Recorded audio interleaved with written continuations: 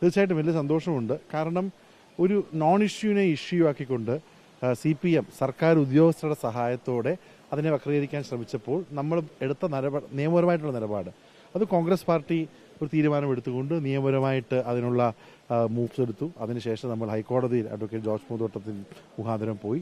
നമ്മൾ ഇവിടെ കൃത്യമായി അഡ്വക്കേറ്റ് മൃദുൽ മാത്യു അടക്കമുള്ള ആളുകൾ കൃത്യമായിട്ട് ഹിയറിങ്ങിന് പോയി. അപ്പോൾ നിയമം നമ്മുടെ ഭാഗത്താണ്. ഇപ്പോൾ 24 വയസ്സുള്ള ഒരു പെൺകുട്ടി ഇലക്ഷന് മത്സരിക്കുക എന്നുള്ള വലിയ ഭാഗ്യം ഒരു പൊതുപ്രവർത്തകർക്ക് ലഭിക്കുമ്പോൾ അതിനെ പിൻവാതിലൂടെ റദ്ദാക്കാൻ ശ്രമിച്ചതിനെതിരെ ബഹുമാനപ്പെട്ട ഇലക്ഷൻ കമ്മീഷൻ അതിനെതിരെ പ്രവർത്തിച്ചതിന് നന്ദി പറയുകയാണ്. കാരണം അതാണ് ശരി.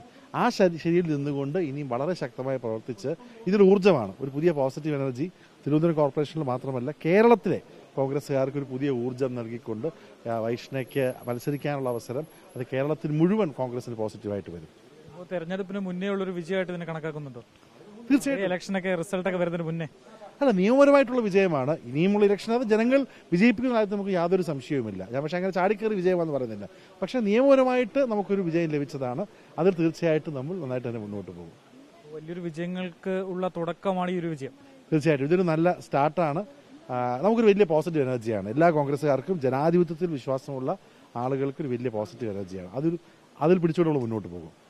എന്തായാലും ഒരു CPM അംഗത്തിന്റെ പരാതിയിലാണല്ലോ ഇതൊക്കെ സംഭവിച്ചപ്പോൾ CPMന്റെ രാഷ്ട്രീയത്തിനേറ്റ തിരിച്ചടി എന്നൊരു അങ്ങനെ വിലയിരുത്തും. ഇതിന്റെയൊക്കെ ആവശ്യം എന്താണ്? നിങ്ങൾ പൊളിറ്റിക്സ് പറയൂ, നിങ്ങൾ വികസനം പറയൂ, അതൊക്കെ പറഞ്ഞല്ലേ വോട്ട് ചെയ്യേണ്ടത്. അല്ലാതെ ഒരു കുട്ടിയുടെ മത്സരിക്കാനുള്ള റൈറ്റിനെ ഹനിക്കാൻ പാടില്ല. ഇന്ന് മാത്രമല്ല, പരാതി കൊടുത്ത ആളുടെ വീട്ടിൽ 22 വോട്ടുണ്ട്.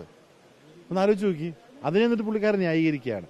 അപ്പം എനിക്കിതിൽ CPM എന്ന പാർട്ടി മാത്രമല്ല കുറ്റക്കാർ. അതിനുവേണ്ടി CPM പറഞ്ഞെടുത്ത് നീലപ്പേന കൊണ്ട് ഒപ്പിട്ട ചില ഉദ്യോഗസ്ഥരുണ്ട്.